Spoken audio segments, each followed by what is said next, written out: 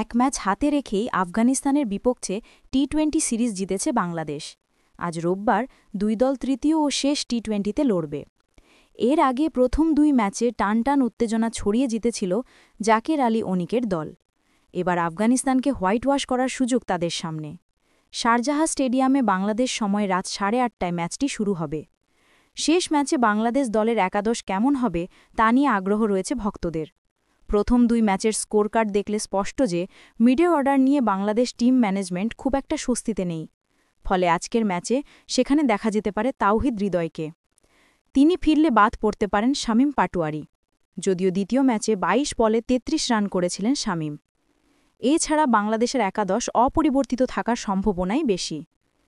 টি-20 series শেষে 8 October থেকে বাংলাদেশ ও আফগানিস্তান 3 ম্যাচের ওয়ানডে সিরিজ খেলবে।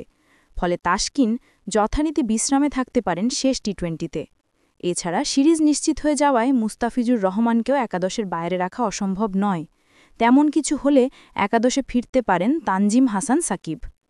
আফগানিস্তান রহমানুল্লাহ গুরবাজ, সিদ্দিকুল্লাহ আতাল, ইব্রাহিম জাদরান, ডারউইশ রাসুলি, মোহাম্মদ নবী, আজমতুল্লাহ ওমরজাই, রশিদ খান, নূর আহমেদ, মুজিবুর রহমান, ফরিদ আহমেদ মালিক, আবদুল্লাহ আহমদজাই।